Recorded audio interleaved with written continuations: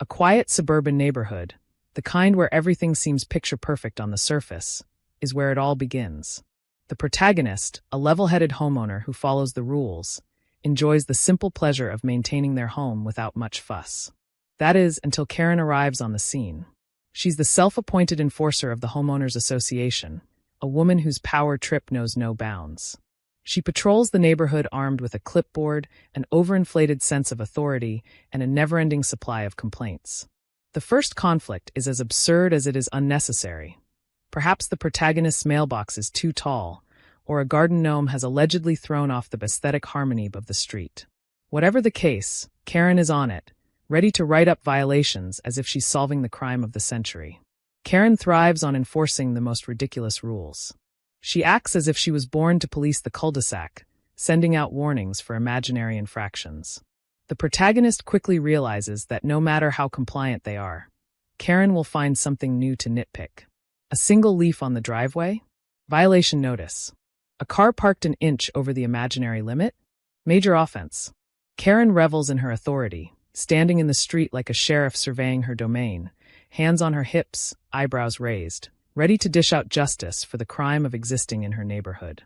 She even begins exaggerating violations to the point of absurdity, accusing homeowners of major offenses like using the wrong shade of beige for their front door.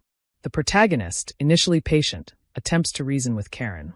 Surely a rational conversation can put this nonsense to rest? Not a chance. Karen doubles down, gasping in exaggerated horror at the mere suggestion that she may be wrong. She responds with even more threats of fines, more official-looking notices, and even a declaration that the homeowner is in serious danger of noncompliance. Rather than get into a direct confrontation, the protagonist decides to take a different approach, subtle retaliation.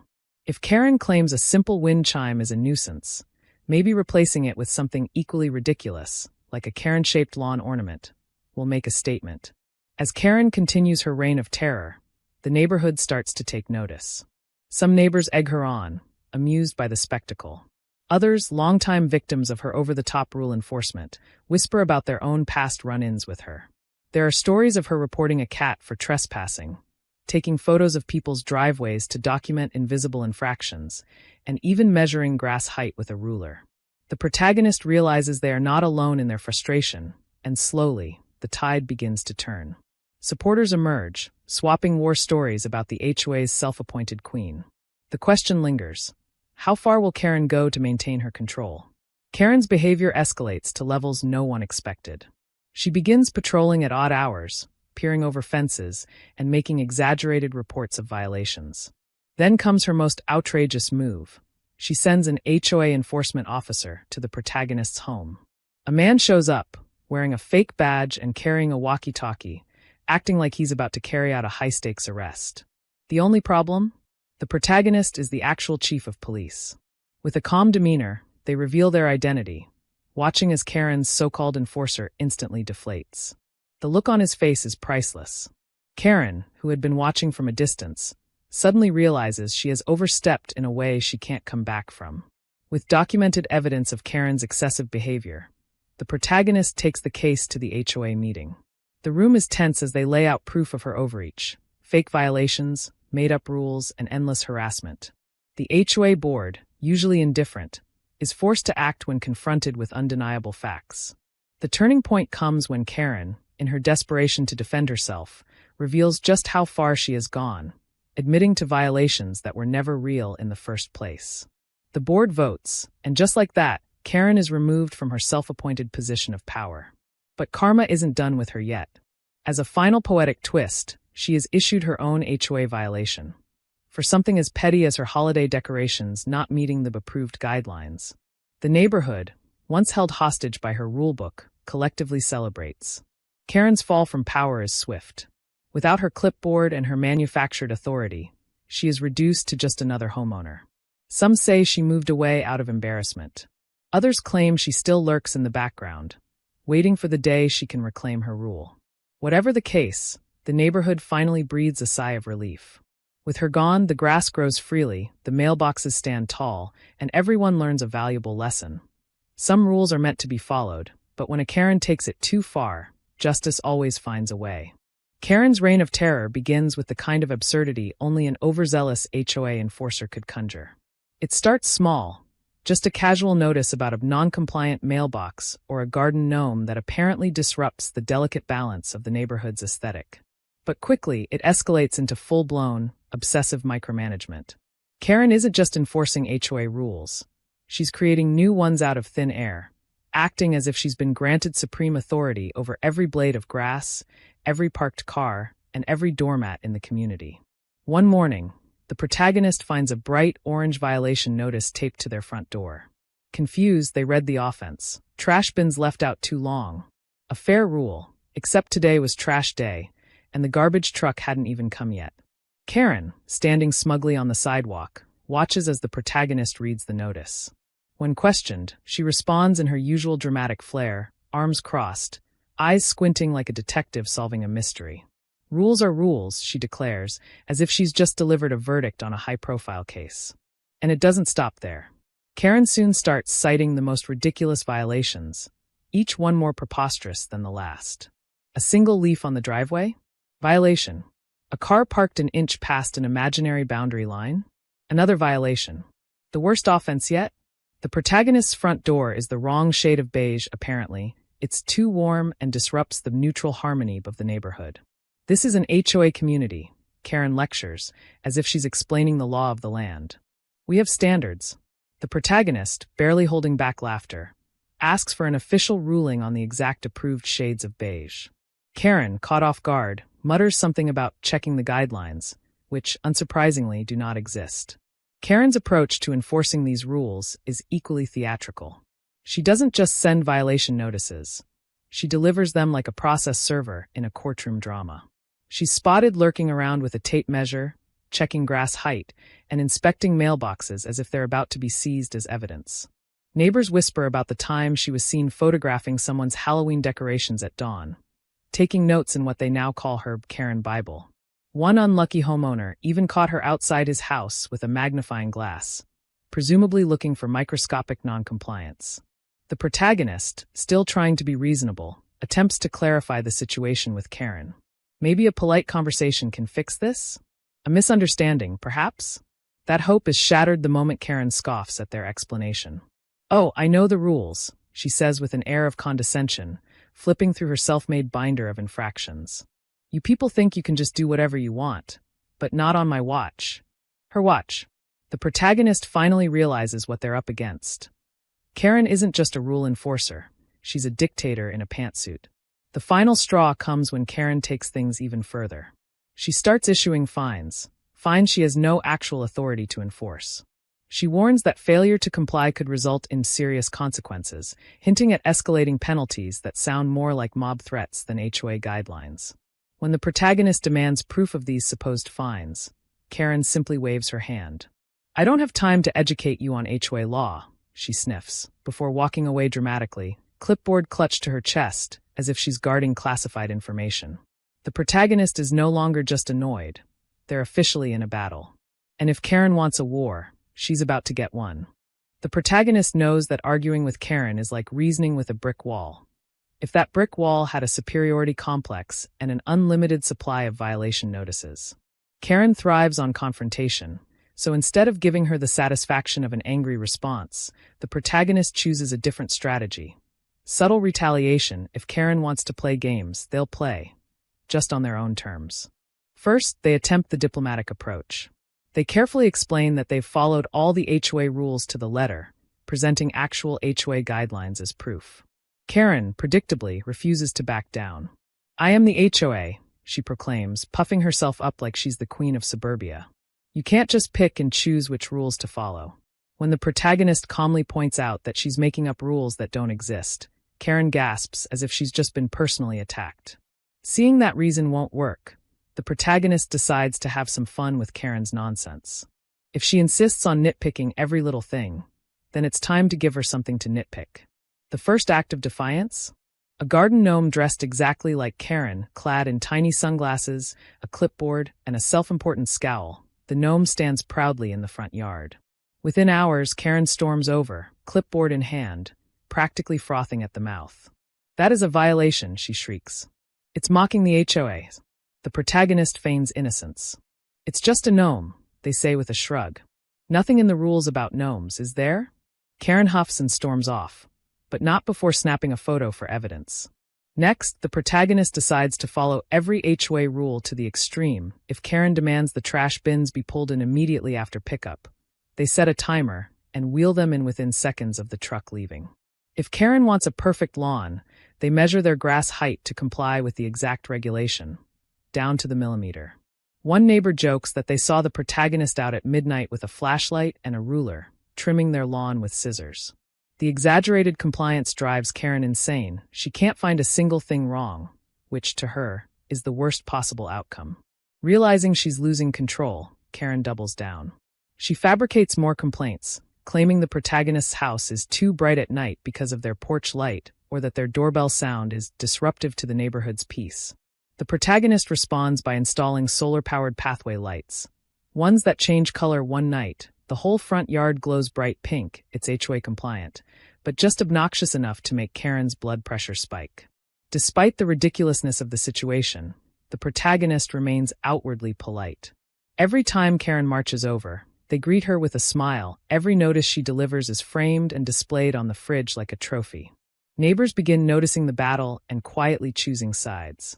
Some find Karen's antics entertaining and stir the pot, whispering things like, "Did you hear? She's planning a stakeout for the next violation." Others, fed up with her overreach, begin cheering for the protagonist. One neighbor, Tom, even shares his own Karen horror story. "She once issued me a formal warning for my cat trespassing on her lawn. My indoor cat." Karen, sensing that she's no longer in full control, gets desperate. The violations become even more absurd. The protagonist starts keeping records, screenshots, photos, even videos of Karen measuring their lawn, whispering into her phone like she's conducting a secret surveillance operation. At this point, it's not just about personal annoyance. It's about exposing Karen for what she really is, a power-hungry, rule-inventing menace. The protagonist doesn't just want to win. They want Karen's reign of terror to end, and they're about to get their chance. The neighborhood, once a quiet and peaceful place, has now become a battleground of passive-aggressive warfare. Karen's obsessive HOA enforcement has been a nuisance for years. But now that the protagonist has become her primary target, the entire community is watching. Some find the drama hilarious, others are outraged, and a few secretly enjoy the chaos. The divide between pro-Karen enforcers and fed-up homeowners grows wider every day. At first, the neighbors are hesitant to get involved. No one wants to be the next target of Karen's wrath, and she has a long history of making life miserable for anyone who crosses her. But as the protagonist's battle with her escalates, the neighborhood starts whispering. People gossip on driveways, at mailboxes, even in the grocery store. "Did you see what she did yesterday?" someone mutters. "I heard she called in a complaint about a garden gnome. She measured someone's lawn at 6 a.m. I swear I saw her hiding in the bushes, writing notes." One night, Tom from next door stops by the protagonist's house, holding a cup of coffee and shaking his head. "You're the latest victim," he says. "She's been doing this for years." Tom shares his own Karen horror story asterisk. She once issued a formal violation notice because his cat allegedly trespassed on her lawn, his indoor cat. Another neighbor, Mrs. Thompson, chimes in.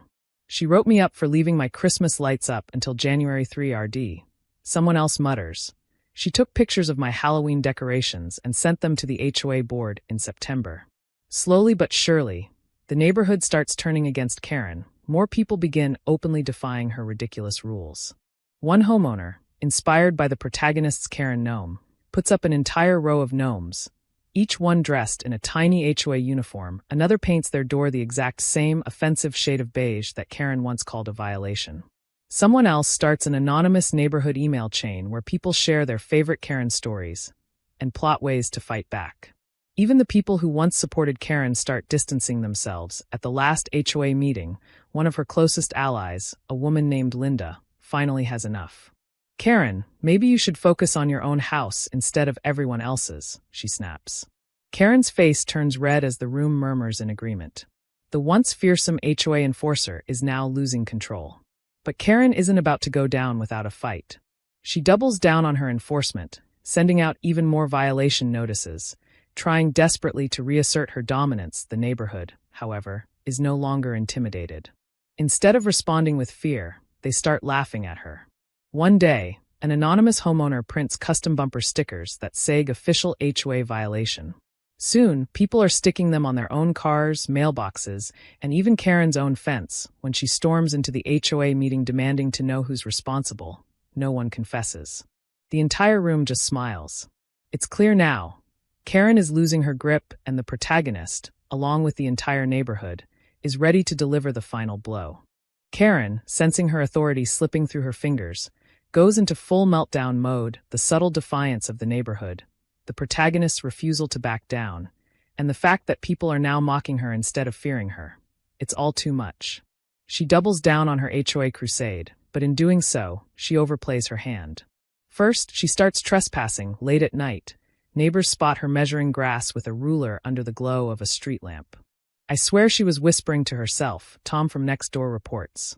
She had a notepad and everything. A security camera even catches her standing in someone's driveway, scrutinizing their house as if she's solving a crime. The footage makes the rounds in the neighborhood group chat, and people start calling her the HOA detective. Then, she begins filing blatantly fake complaints. One homeowner receives a violation notice for having an unauthorized pet. The problem? They don't even own a pet. Another gets a warning about an improperly parked vehicle. When they don't even have a car, it becomes obvious that Karen is fabricating violations just to prove she's still in charge.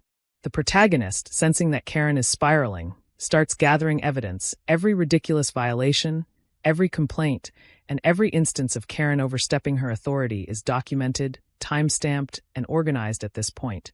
It's not just about fighting off a petty HOA tyrant. It's about exposing Karen for what she really is.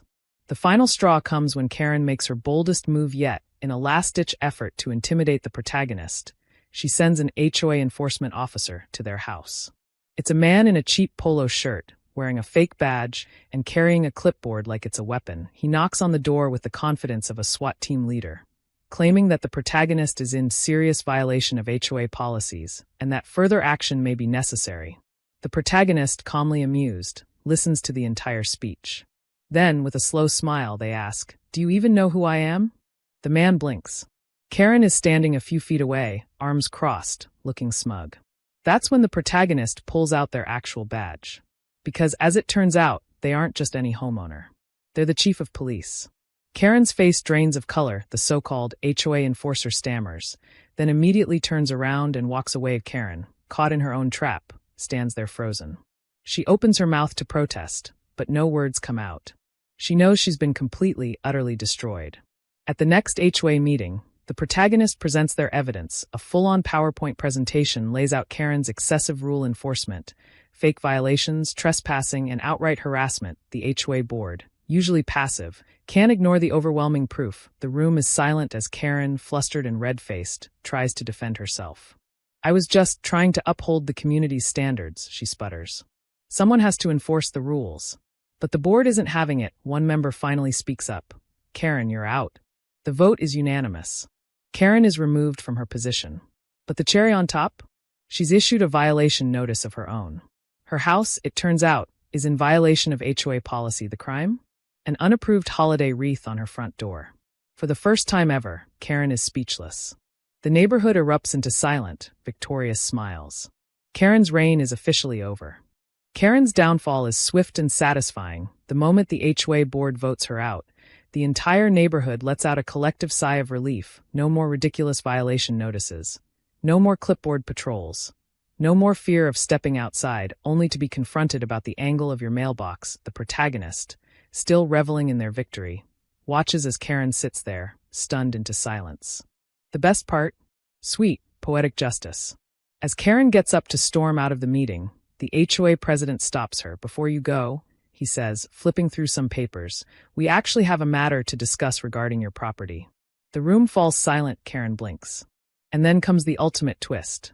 Karen, the self-appointed enforcer of the rules, the self-proclaimed guardian of HOA policies, is actually in violation of the very rules she so aggressively imposed on others. Her own house is non-compliant. The crime? An unapproved holiday wreath on her front door. The neighborhood sits in stunned silence for half a second. And then, someone laughs, a small chuckle at first, but soon, the entire room is trying not to burst out laughing. Karen, for the first time ever, has no response. Her mouth opens and closes like a fish gasping for air, her face turning a deep shade of red. That's ridiculous, she sputters. That's not a real rule. The HOA president smirks. Oh, but rules are rules, Karen. She glares at the protagonist, knowing exactly where this is coming from. But there's nothing she can do. She either removes the wreath or faces a fine, her own game, turned against her. The neighborhood watches gleefully as Karen, now stripped of her fake power, is forced to walk out of the meeting in total defeat. She slams her clipboard against her side as she leaves, but nobody cares. And just like that, her reign of terror is over.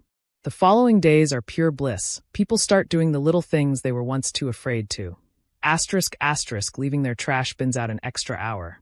Decorating their porches however they please, ***, and finally breathing freely in their own homes. The protagonist walks outside, coffee in hand, and sees a row of garden gnomes proudly displayed in multiple yards. The neighborhood has collectively decided to turn Karen's most hated decoration into a symbol of resistance.